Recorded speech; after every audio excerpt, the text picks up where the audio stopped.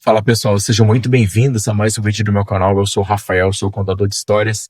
Pessoal, no relato de hoje nós vamos ouvir a história de uma inscrita que enviou a sua história há uns meses atrás no meu outro canal, só que não fazia sentido para o estilo de histórias que eu conto lá. Isso é um relato de assombração, de terror, que ela viveu, ela presenciou enquanto jovem, e eu resolvi trazer aqui no canal Relatos Assombrados, que tem tudo a ver com esse canal, né? Então, um relato que eu tenho certeza que vocês vão gostar e ele é de arrepiar.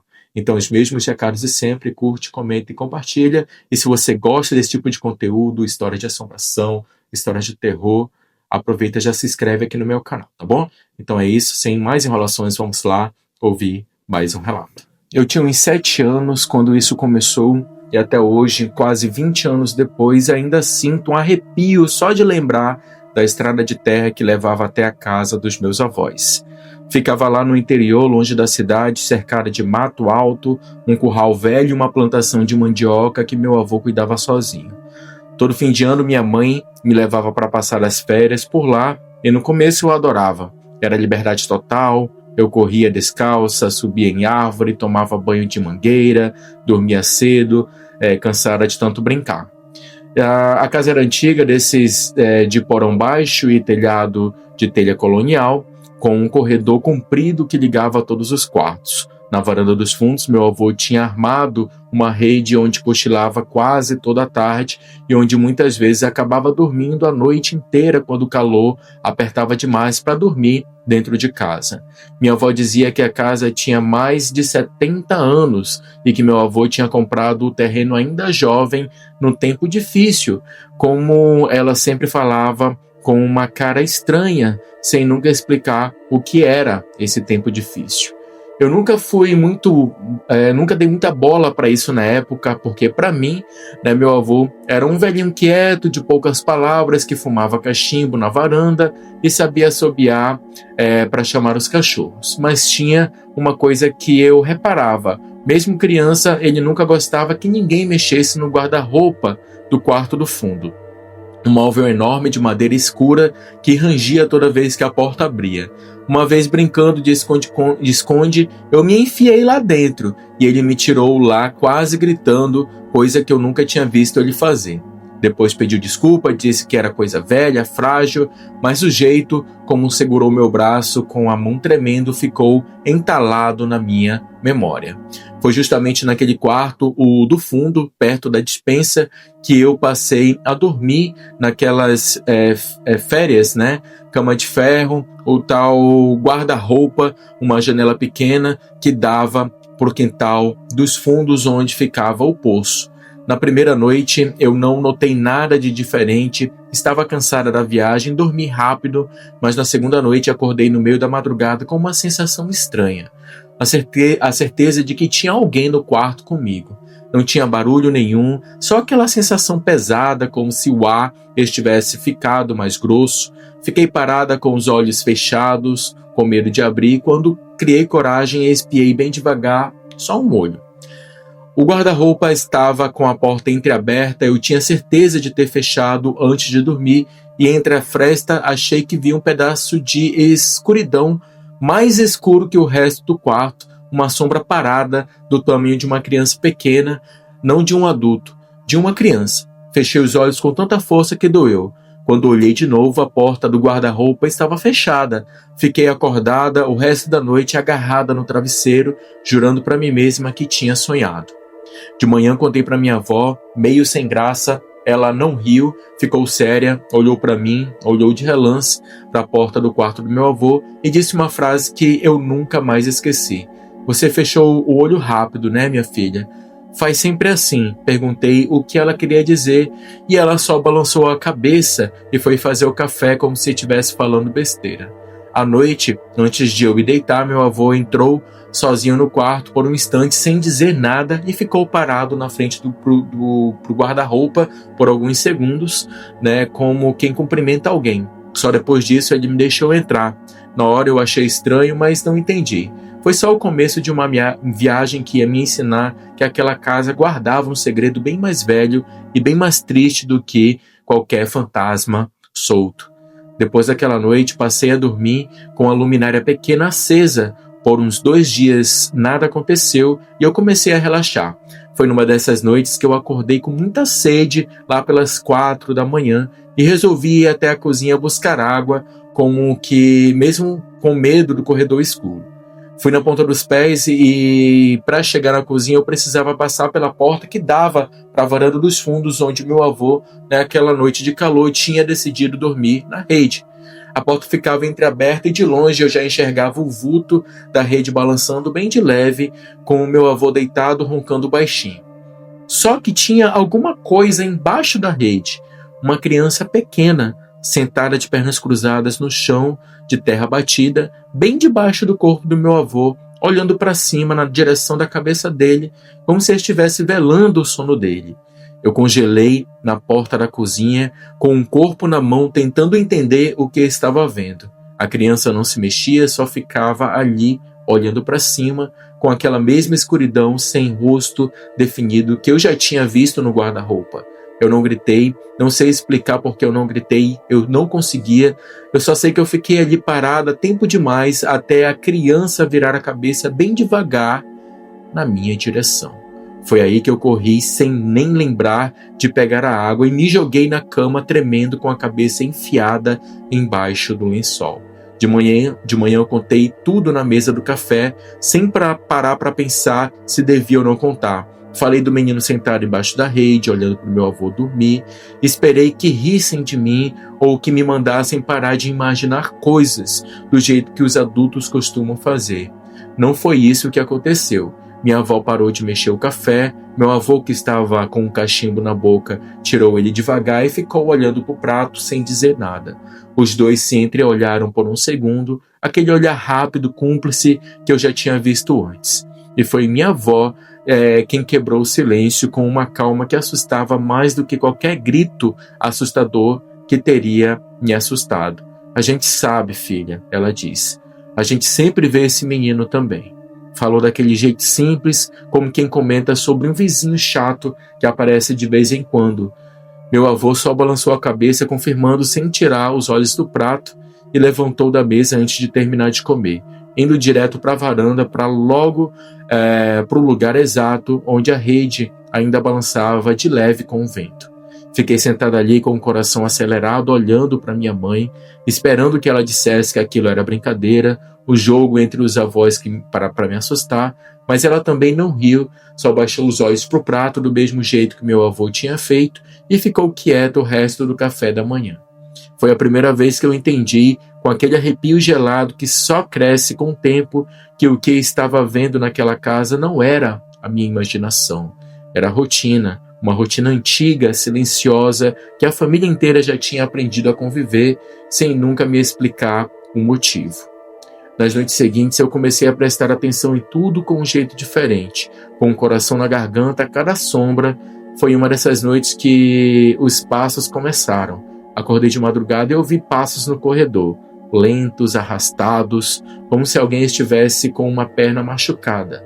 Vinha lá do início do corredor, perto da cozinha, e iam se aproximando devagar até parar bem na frente da minha porta.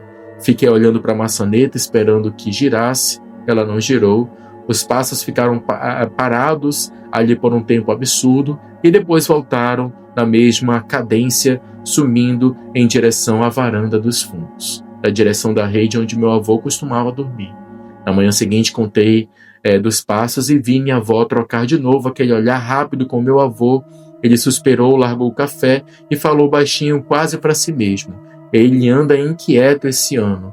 Perguntei quem era ele, e minha mãe, que estava do lado, apertou a minha mão por baixo da mesa, um sinal claro para eu não perguntar mais nada. Uma noite tarde, eu ouvi os meus avós discutindo baixinho na cozinha, achando que eu estava dormindo, só peguei pedaços. Ela é igualzinha, a mesma idade que ele tinha, disse meu avô com a voz embargada.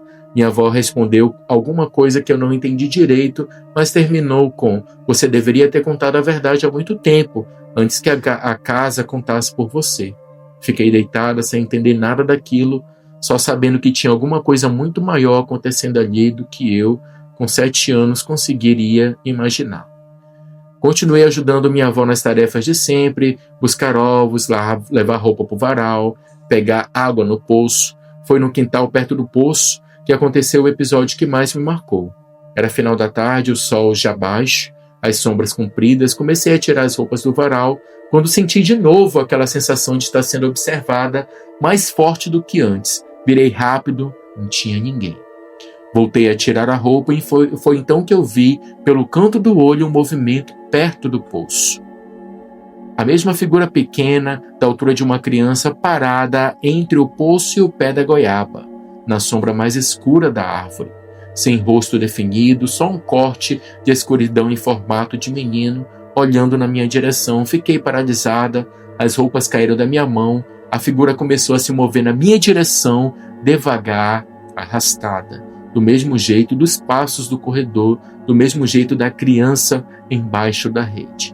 Saí correndo, gritando pela minha avó. Ela veio, olhou para o quintal e ficou branca. Não perguntou o que você viu? Perguntou direto? Era pequeno? Era do tamanho de uma criança? Confirmei, tremendo, e ela me puxou para dentro, trancou a porta e ficou olhando para a direção do poço por um bom tempo. Como se estivesse se despedindo de alguém ou pedindo desculpa. Naquela noite, no jantar, tentei perguntar para o meu avô sobre a figura do quintal. Ele largou o talher, as mãos dele, que eu sempre lembrava firmes, tremeram visivelmente. Ele se levantou da mesa sem terminar de comer, foi para a varanda e ficou lá fumando cachimbo sozinho no escuro, do lado da rede vazia, por mais tempo do que o normal.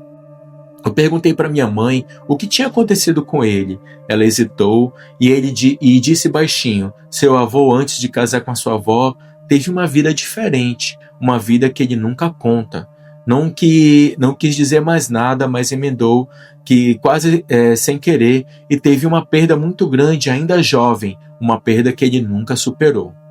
Faltavam poucos dias para eu voltar para a cidade. Foi na penúltima noite que aconteceu o pior. Acordei de madrugada com um arranhado debaixo da porta do meu quarto, lento, com unhas pequenas raspando de leve a madeira de baixo para cima. Na altura de uma criança, o arranhado continuou e então ouvi a maçaneta girando devagar. Já pensou isso acontecendo com você? Deus me livre. Corri até a porta e segurei a maçaneta com as duas mãos para impedir que ela girasse. Do outro lado, senti uma força contrária puxando para o lado oposto. Foi uma disputa silenciosa, eu chorando baixinho, até que a força parou, tão de repente quanto tinha começado. Fiquei encostado na porta até o sol nascer. De manhã contei tudo para minha mãe, chorando, dizendo que não queria mais dormir naquele quarto. Foi a primeira vez que ela não me mandou parar de imaginar coisas. Ficou pálida, foi falar com a minha avó na cozinha e eu ouvi pedaços de novo, como da outra vez. Ela é só uma criança, mãe. Perguntei o que significava aquilo. Minha avó sentou do meu lado, segurou minha mão e finalmente contou um pedaço da verdade. Ela disse que muitos anos antes de casar com ela, meu avô tinha vivido numa época perigosa da vida dele, fazendo trabalhos que ela preferia não detalhar, resolvendo brigas de fazendeiros da região de um jeito que ninguém tinha coragem de recusar um pedido dele. Ele tinha sido, nessa época, o que os mais velhos chamavam de matador de aluguel. Nesse tempo, ele se envolveu com uma mulher casada e dessa relação nasceu um menino que ele nunca teve coragem de assumir publicamente. Com medo do escândalo, mas que sustentava escondido, mandando dinheiro por baixo dos panos. Ela contou que esse menino morreu ainda pequeno, num acidente horrível, um incêndio sozinho em casa, enquanto a mãe tinha saído por alguns minutos para comprar pão, e que um ventilador deixado ligado no quarto dele tinha dado curto-circuito. E que a mãe do menino, tempos depois, não aguentando o peso da culpa por ter deixado ele sozinho, também morreu por conta própria. Seu avô nunca mais foi o mesmo depois disso. Ela disse, ele nunca contou para o menino que era filho dele de verdade, nunca teve coragem. E desde que a coisa aconteceu, esse menino não vai embora dessa casa. A gente aprendeu a conviver. Ele fica perto do seu avô, perto da rede, perto do guarda-roupa, onde seu avô guarda as coisas dele. A gente só não sabia que ele também ia aparecer para você. Voltei para a cidade depois, 2 dias depois, e por muito tempo evitei falar sobre esse assunto, até com a minha mãe. Meu avô morreu alguns anos depois e minha avó, já bem mais velha, foi morar com uma tia minha na cidade, deixando a casa fechada. Fui lá uma última vez de adulta para ajudar a esvaziar o que tinha ficado.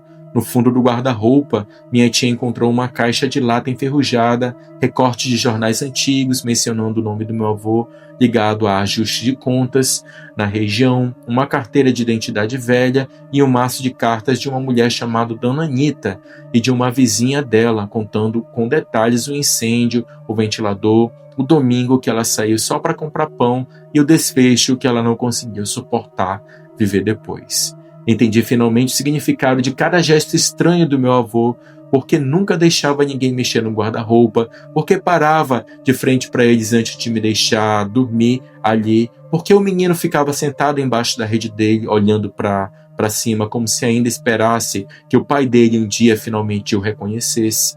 Minha tia contou o resto, que segundo os mais velhos da família, todo mundo ali, meu avô, minha avó, minha mãe quando pequena, já tinham visto aquele menino em algum momento, que a família tinha aprendido com o tempo a tratar aquilo como quase como normal, um morador a mais da casa, silencioso, triste, que aparece mais em certas épocas do ano do que em outras.